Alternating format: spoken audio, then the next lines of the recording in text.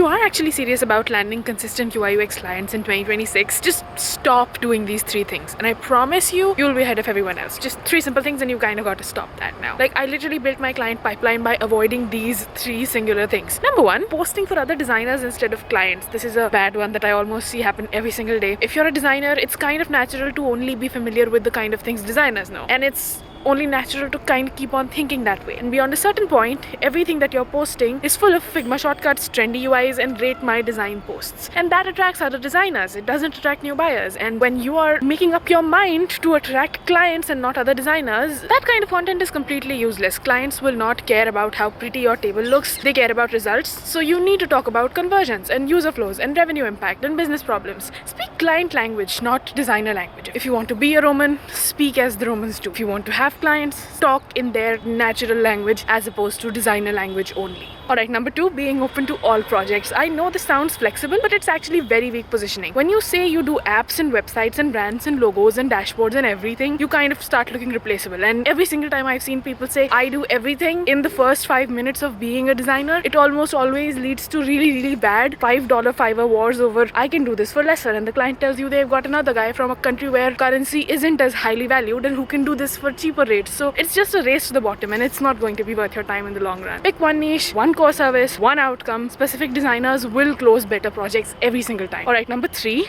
waiting until you feel ready. Sometimes I see UI UX designers waiting for the perfect portfolio, waiting for more experience, waiting to feel confident. Confidence comes after visibility. Confidence comes after you've done something a whole lot of times, after you know how this is going to go, and the anxiety to do it kind of goes down by a whole lot. So if you need confidence, you actually need to start doing the thing you actually needed to do to feel confident about, if that makes any sense. Confidence comes after visibility. You kind of got to post before you're ready, pitch before you're ready, niche down before it feels comfortable to do. And saying these things always sounds easier said than done. And I know I say these things all the time, but I feel like some of y'all need to hear it more than once. And I promise if you start doing these, you will thank me at the end of 2026. And for the love of God, save this post with that tiny little bookmark or that like button, because this is the video you want to keep with you long term. And I know you still haven't pressed the follow button yet, so do it. I love you. I'm so glad you're here. Let's get started in this UI UX design journey. This is going to be a great 2026.